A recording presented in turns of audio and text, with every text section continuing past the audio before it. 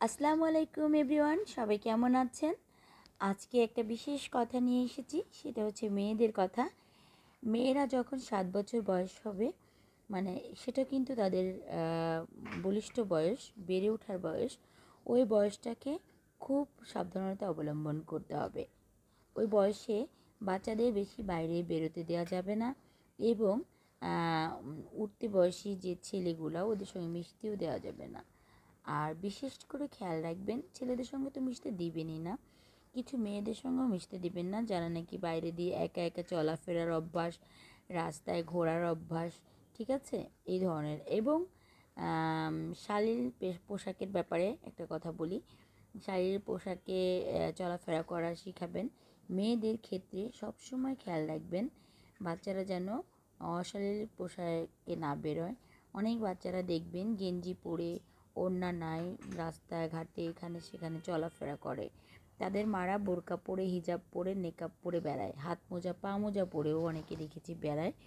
তো তাদের জন্য একটা কথা বলি, সেটা হচ্ছে আপনি আপনার সবচেয়ে বড় পাপের কাজ করছেন হচ্ছে আপনার বাচ্চা এভাবে ঘুরে বেড়াচ্ছে, এভাবে করতেছে, তার জন্য পাপ ঢোকাচ্ছেন। আর হচ্ছে সবচেয়ে যেটা গুরুত্বপূর্ণ সেটাই আপনি খেয়াল রাখছেন না। আপনি আপনার বাচ্চার খেয়াল রাখবেন। যে একটা মেয়ে কিন্তু চাইলেই বাইরে বেরোতে পারে না, আর চাইলেই এখানে ওখানে যেতে পারে না। একজন মাকে দায়িত্ব নিয়ে তাকে নিয়ে নিয়ে ঘোরা উচিত, এবং তাকে পর্দানিশী করা উচিত। বিশেষ করে আপনার একদমই না গেঞ্জি পরে মেয়েদেরকে বাইরে বেরোনো, ঘর থেকে বেরোনোই উচিত না। আর হ্যাঁ, যদি সে বাসার ভিতরে থাকে সেই ক্ষেত্রে সে গেঞ্জি পরতে পারে, এবং গেঞ্জি পরলে সে তার বাবার সামনে বা বড় ভাইয়ের সামনে অবশ্যই ওড়না পরতে হবে। তো আমরা যদি নিজেরাই বাসায় এই বাচ্চাদেরকে এই টিপসগুলো দিই, তো অবশ্যই বাচ্চারা ভবিষ্যতে ভালো করবে, আর হচ্ছে ভয় থাকবে না বাহিরে কোনো কিছু হওয়ার। তো এই ব্যাপারে খুব খেয়াল রাখতে হবে। অনেক বাবা মা আছে আপনার ধার্মিকতায় দেখা যাচ্ছে যে অনেক কিছু, কিন্তু বাস্তবে দেখা যাচ্ছে যে না, কিছুই না। মা বাসায় হাত মোজা পা মোজা পরে বসে থাকবেন না, আর বাচ্চা দেখা যাচ্ছে যে রাস্তায় ঘাটে গ্যারেজে এখানে সেখানে ছেলেদের সাথে আড্ডা মারতেছে, বা গালগপ্প করতেছে, খেলাধুলা করতেছে, তাই না? বিশেষ করে 9-10 এগুলো তো একদমই না। আপনার 7 বছর বয়স থেকেই খেয়াল রাখতে হবে। 12 বছরের পরে তো কখনোই না। আমরা যে চিন্তা ভাবনা করে দেখেন যে বিশাল একটা পাপের সম্মুখীন হতে হবে। এ ব্যাপারে অনেকে হয়তো কমেন্ট করবেন, আপনি মিডিয়ায় আমি বিবাহিত মেয়ে শাড়ির পোশাক পরে আমি ভিডিও করতেছি, আর ভিডিও করলে আমি কিন্তু রাস্তাঘাটে যখন বের হই তখন কিন্তু আমি মাস্ক পরে বের হই, আমি কিন্তু হিজাব পরে বের হই।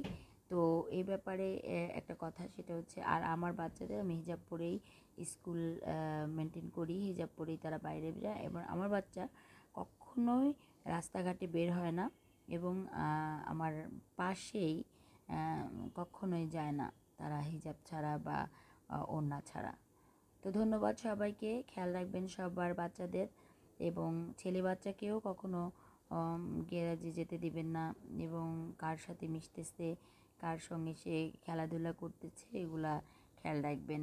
অনেকে আমাকে কমেন্ট করেছেন যে না আমি মানে ফিল্টার ছাড়া আসি না। জি আপু, আমি ফিল্টার ছাড়া আসি, মেকআপ ছাড়া আসি, আমার কোনো ফিল্টার লাগে না, মেকআপ লাগে না, আলহামদুলিল্লাহ। আমি এমনিতেই এরকম। আমার রাব্বুল আলামিন যে স্কিন এবং যে চেহারা দিয়েছে, আমি তাতেই খুব খুশি, এবং আমি এটাকে মনে করি যে না, আল্লাহর তরফ থেকে একটা নিয়ামত। তো সবাই ভালো থাকবেন, সুস্থ থাকবেন, এই কামনায় আল্লাহ হাফেজ, টাটা বাই বাই। সব বাচ্চাদের কথা বলছি, মেয়ে বাচ্চাদের খুব খেয়াল রাখবেন, খুবই খেয়াল রাখবেন। ব্যাড টাচ গুড টাচ এগুলো তো শিখাবেনই। বাচ্চারা যাতে, আপনার বাচ্চারা সেফে থাকার জন্যই কিন্তু তাদের হিজাব মেনটেন করা দরকার, তাদের শারীরিক পোশাক যেটা মানে সামাজিক একটা পোশাক যেটা যেটা না পরলেই নয়, ওড়না ছাড়া, এবং গেঞ্জি পরে তো একদমই যাতে বাইরে না বের হয়, খেয়াল রাখবেন। ধন্যবাদ সবাইকে। আসলে এটা পারিবারিক শিক্ষা, যারা দেখা যাচ্ছে এমনি ভদ্র পরিবার থেকে আসে তারা তো অবশ্যই এটা মেনটেন করে। অনেকে বা দেখা যাচ্ছে যে আপনার বস্তির পোলাপাইনও হাফ প্যান্ট কোয়ার্টার প্যান্ট পরে ঘুরে বেড়ায়।